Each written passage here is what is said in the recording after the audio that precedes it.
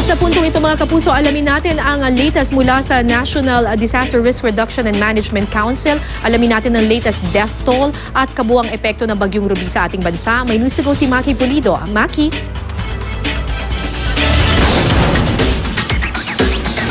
Kara at Hawi, hindi pa rin nagtatali ang death toll ng NDRRMC at ng Philippine Red Cross. Kung sa official tally ng Philippine Red Cross ay umabot na ito sa 23, tatatlo pa lang naman ang nasa official tally ng NDRRMC.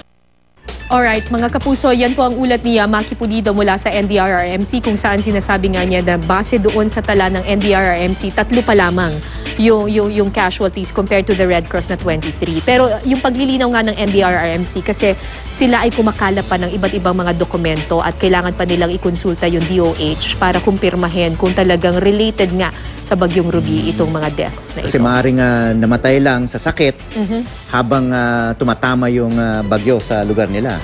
Right. So bini-verify pa ng NDRRMC.